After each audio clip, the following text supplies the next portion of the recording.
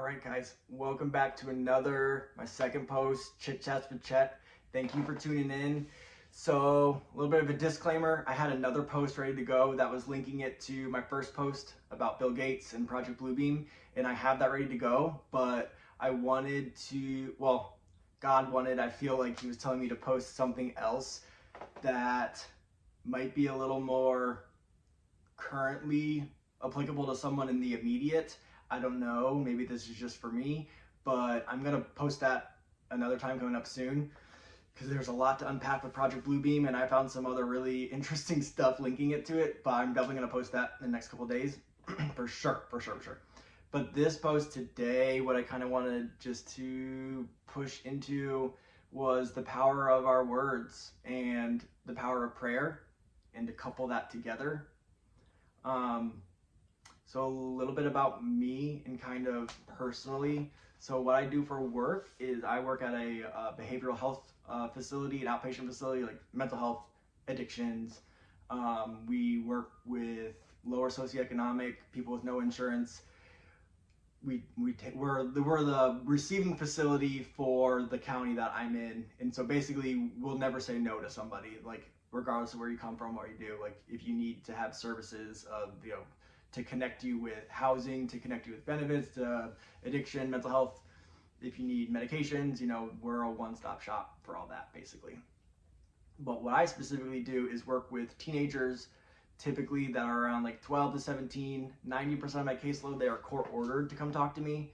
So my title inside is something different, but in general, it's substance abuse counselor. So I work with anything and everything basically. And it's just been really stressful, and I've just had a lot of heavy cases. They're probably the heaviest cases I've ever had, and it's been this past year or so. And today, something just really got to me today with a client that I've been working with for a while now. And what God spoke to me was the power of your word and how much life and death can give to somebody within that time frame. And I was just getting really defeated today, and just really, my job's hard. I absolutely love my job. I love my job, and I love the company that I work for, and I love what I do, but it's hard. It's very stressful. It's very sad what these kids go through, and it's horrible sometimes. It's absolutely heartbreaking. And there's just such a heaviness going on right now in the world in general, but I feel like there's sometimes like these pockets of moments where it's heavier than others. This whole past year, of course, has been crazy heavy for everybody and stressful, but I always feel like there's sometimes pockets within these heavy times that are heavier than other weeks. And that's another kind of post I need to post about one day, is why some days are harder than others. And I believe it's linked with a lot of occult holidays and spiritual warfares that go on during certain dates and times, for sure.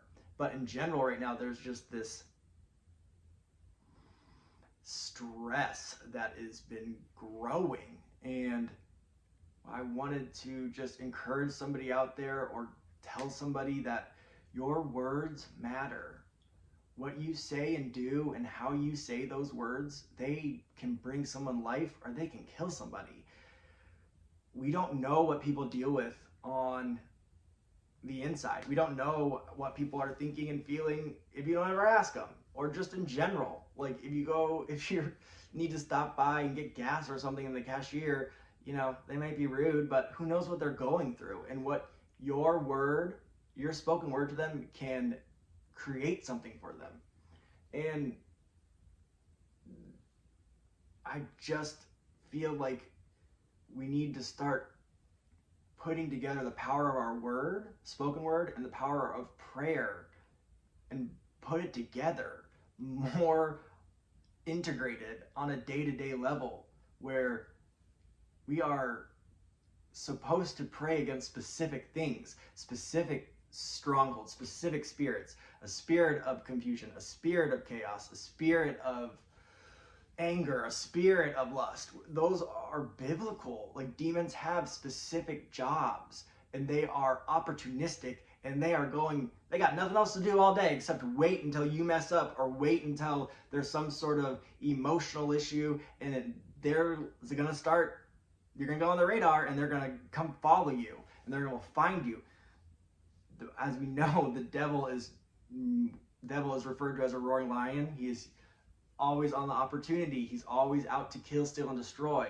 And that's how he trains his armies. That's how he trains his demons. They do the same bidding for him.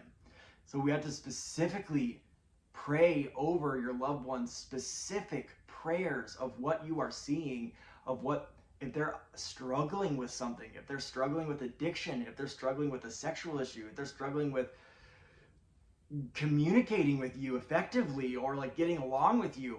Remember, our first go-to is spiritual matters. We are spiritual beings that are in this world that wasn't supposed to be this way. Our first line of defense is a spiritual response to it, where I don't always expect people to be like, oh, me and my daughter aren't getting along, that's a spirit of anger. Like, I'm not necessarily saying that, but it's like your first go-to is, God, what words can I say differently? Or what the heck is going on? Because I'm about to freak out on this girl. Like, or I'm about to freak out on my husband. I'm about to freak out on my wife.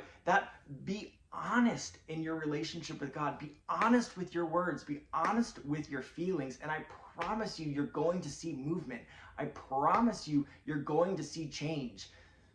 What I've randomly found this podcast I've been listening to. It's a Christian therapist, and I was looking for something that it was therapy based, that's clinical based, to help me and what I do for work.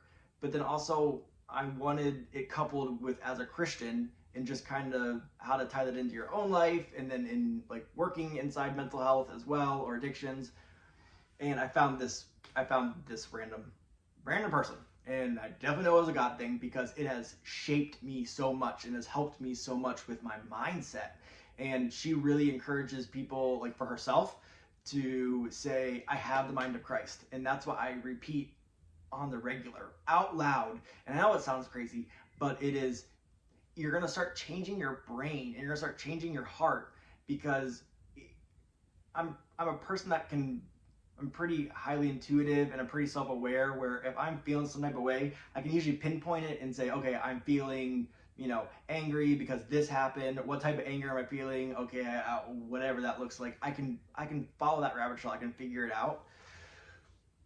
But there are many times where I just randomly will just get like upset, or randomly just kind of like, oh, what's going on?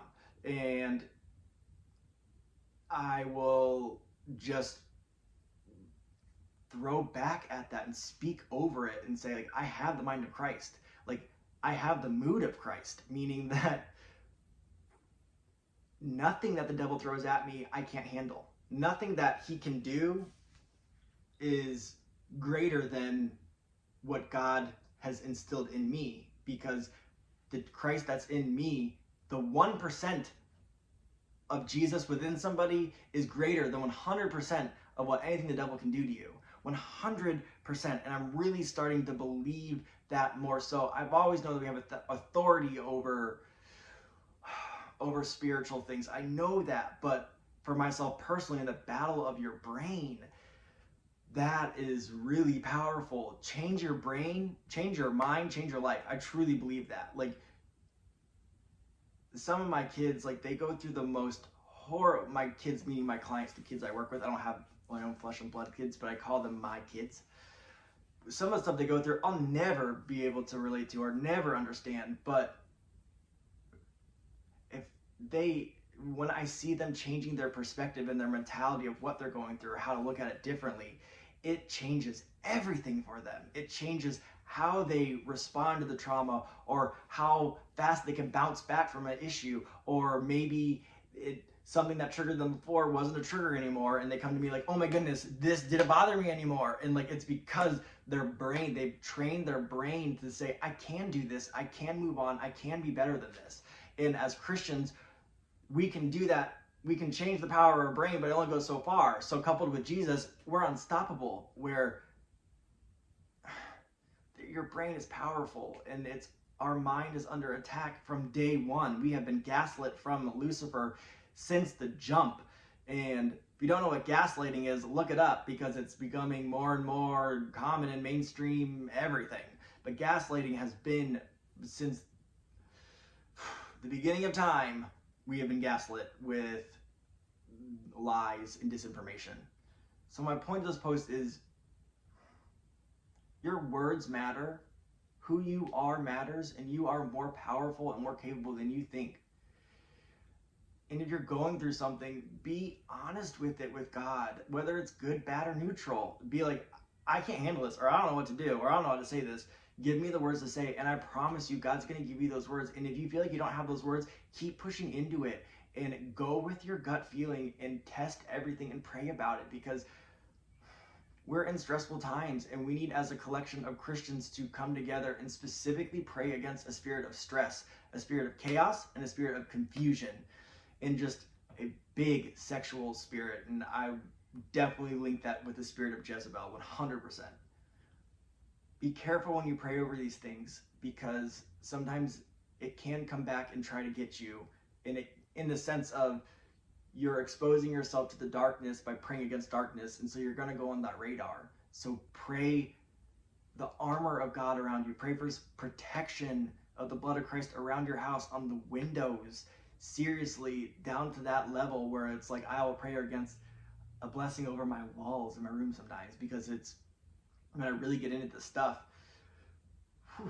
it can be overwhelming, where demons will start manifesting and start just trying to do whatever it can to discourage me and lead me away from not doing these posts, and not doing, living a true, not spreading Jesus the way he should be spread.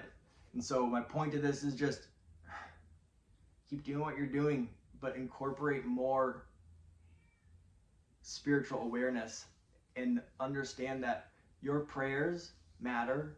And I highly encourage your prayers to be audible, and to be very specific about what you're wanting God to do and what you are needing, because there is something coming that's going to be even bigger, and I don't know what it is. I just think it's just a collection of stuff. We're shifting. There's just a big shift in the world right now, and it's just vague, ambiguous stress, and there's just something, and we need to be aware. We just need to start praying.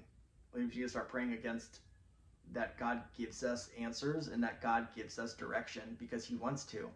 But we're so bogged down by all other crap that God is saying these things, but it's becoming quieter and quieter as the days goes on, because there's so much more stuff entering into our minds, our life every day, that his directions turn into whispers. But you can always hear a whisper if you just slow down a little bit and ask God for clarity, because I promise you, he wants to give us these answers, and he cares about every stupid detail of your life. I promise you, as insignificant as this, he really does care about everything that goes on in your life, and he wants to know about it. So give all your words to him, and let him change your words, your tone, what to say and how to say it. And I promise you, it will change so much of your life. I promise you. Thanks for watching, guys. And I will be posting about Project Bluebeam, breaking it down, in the next few days. So thankful for each and every one of you that have sat here and listened to this and keep subscribing. Thank you so much. I really hope you guys have a good week, and I really pray for you guys, and just bear with me as I keep going through all this stuff. I will get better, but you guys are awesome. Thank you so much, and I hope you have a good week. See you guys.